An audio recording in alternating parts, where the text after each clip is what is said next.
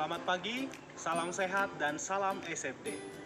Semangat, fraternitas, Dina.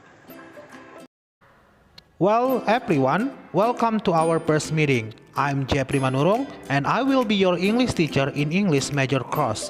And our first topic today is about simple present tense. What is simple present tense? Let's check this out.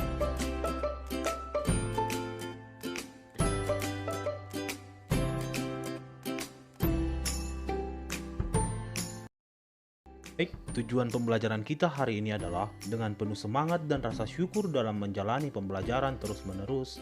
Dan setelah pembelajaran ini, kalian diharapkan mampu memahami penggunaan bentuk kalimat simple present tense dan mampu mengungkapkan kebiasaan-kebiasaan yang biasanya kalian lakukan dengan pola kalimat simple present tense.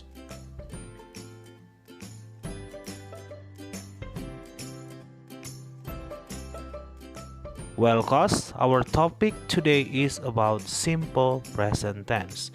And of course, this is our first topic in this class. What is simple present tense anyway? Oke. Simple present tense adalah tenses yang digunakan ketika suatu kejadian sedang berlangsung saat ini dan merupakan sudah menjadi kebiasaan. Dan bisa dilihat juga berikut adalah keterangan waktu yang biasanya digunakan oleh simple present tense. Seperti every day, every week, always, usually, dan lain-lain.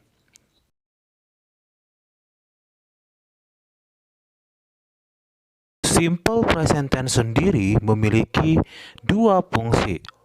The first one, it is to reveal the general truth, atau kalimat yang digunakan untuk menyatakan kebenaran umum atau suatu fakta. Example, the sun rises in the east. Matahari terbit di sebelah timur. Dan memang kenyataannya bahwa matahari terbit di sebelah timur, kan? The second, there are 7 days in a week. Ada 7 hari dalam seminggu. Next function is to reveal the habitual action atau kebiasaan dari seseorang. Contohnya, I go to school every day.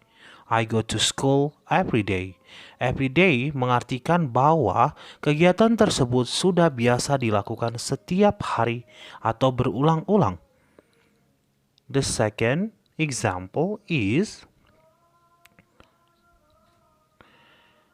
they go to church every day. They go to church every Sunday. Mereka pergi ke gereja setiap hari Minggu. Nah, dari dua kalimat ini ada kata keterangan waktu yang mengacu pada sesuatu yang dilakukan berulang-ulang, kan?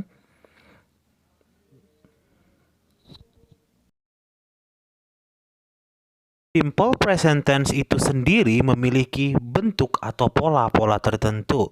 Kita lihat ada dia 3 bentuk, yaitu positive, negative, and interrogative.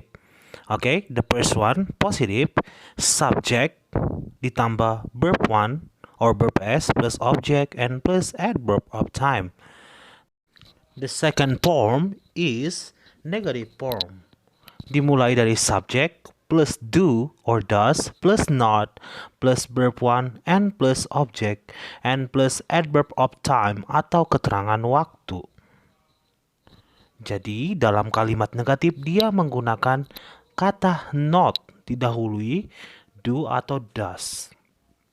Di bentuk ketiga atau kalimat tanya, dia didahului oleh do plus does plus subject plus verb 1 and plus object and plus adverb of time. Kita akan lihat sebentar lagi bagaimanakah penggunaannya dalam kalimat simple present tense. Contoh pertama, you eat rice every day. Dengan otomatis kalimat ini menjadi kalimat positif. Kemudian kita ubah dia menjadi kalimat negatif. Yang pertama kita pisahkan you, lalu kita pisahkan eat rice every day. Jadi kita buat satu space antara you dan eat rice every day. Nah, kita lihat bentuk kalimatnya. Nah, ada space-nya, kan? Nah, kemudian di antara you dan eat rice every day itu kita letakkan do not. Apa? Betul. Do not. Jadi bacaannya adalah you do not eat rice every day. Sorry. You do not eat rice every day. Nah, di kalimat negatif perhatikan posisi kalimat positif. You eat rice every day. Kita tulis kembali, lalu kita kasih space sebelumnya. Kemudian, di antara space tadi atau space paling depan tadi, kita tambahkan kata do.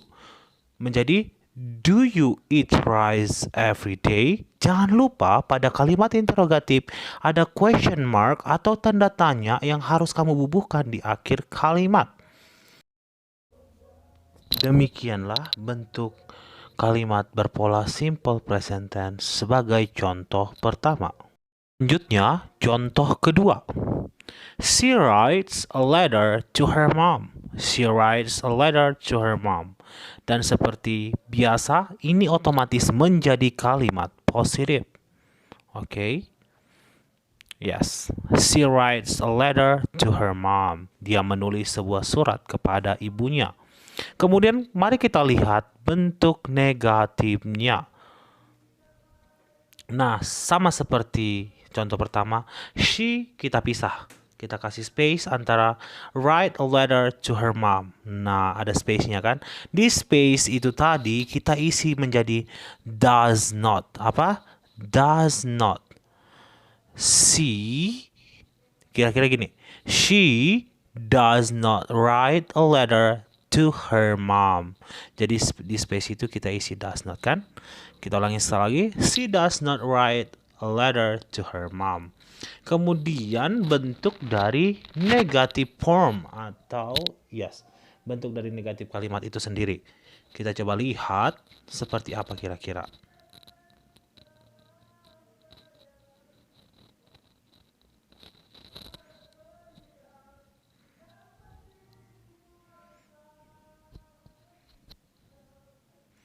Well, this is the interrogative form atau bentuk kalimat tanya.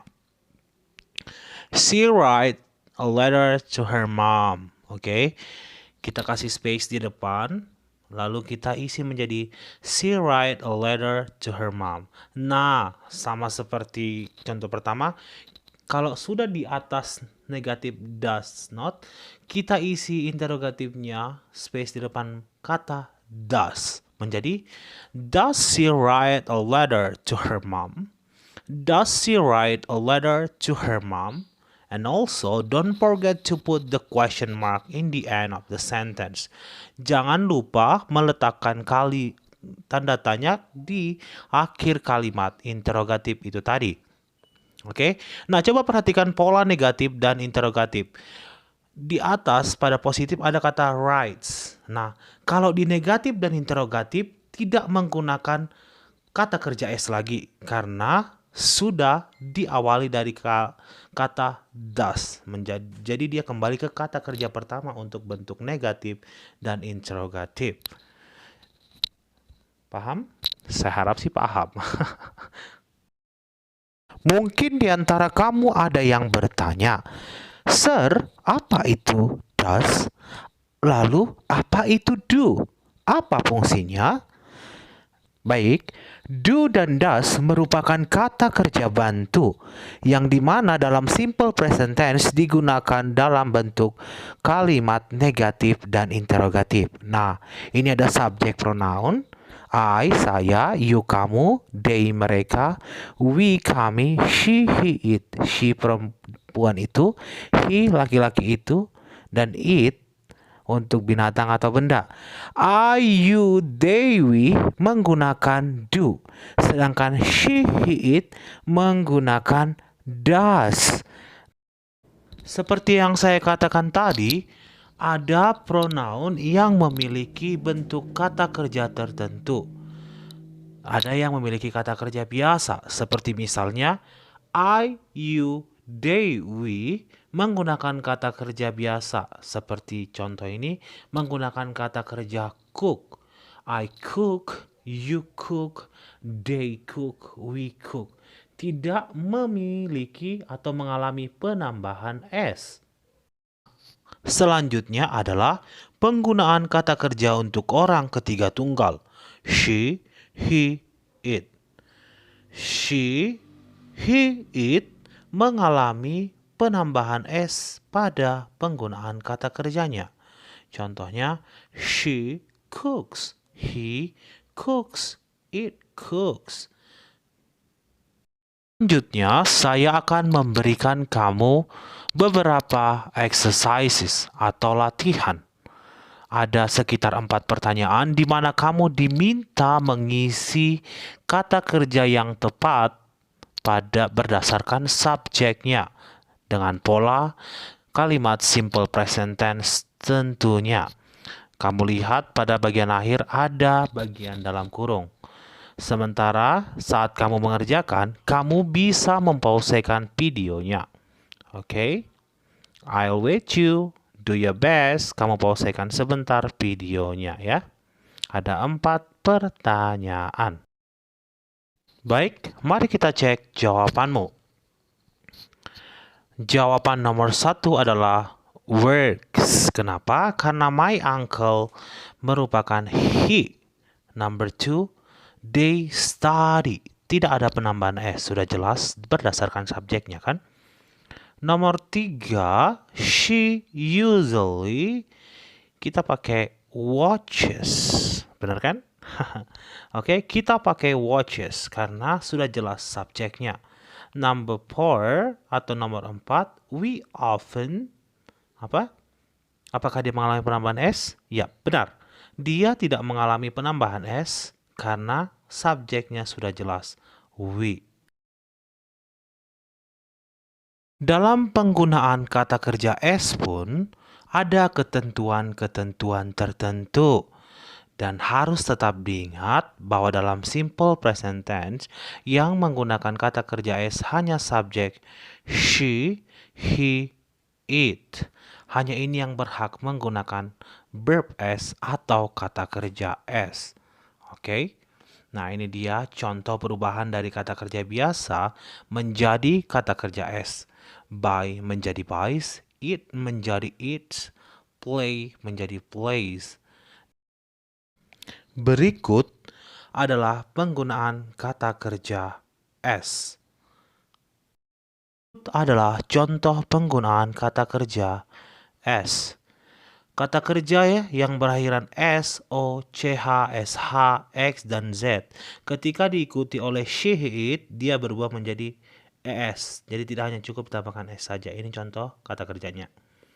Selanjutnya, kata kerja yang berakhiran Y yang didahului huruf mati biasanya ketika digabungkan dengan orang ketiga tunggal, dia mengalami penambahan IES. Contohnya, fly menjadi flies, study menjadi studies, di mana dilalui huruf D dan L.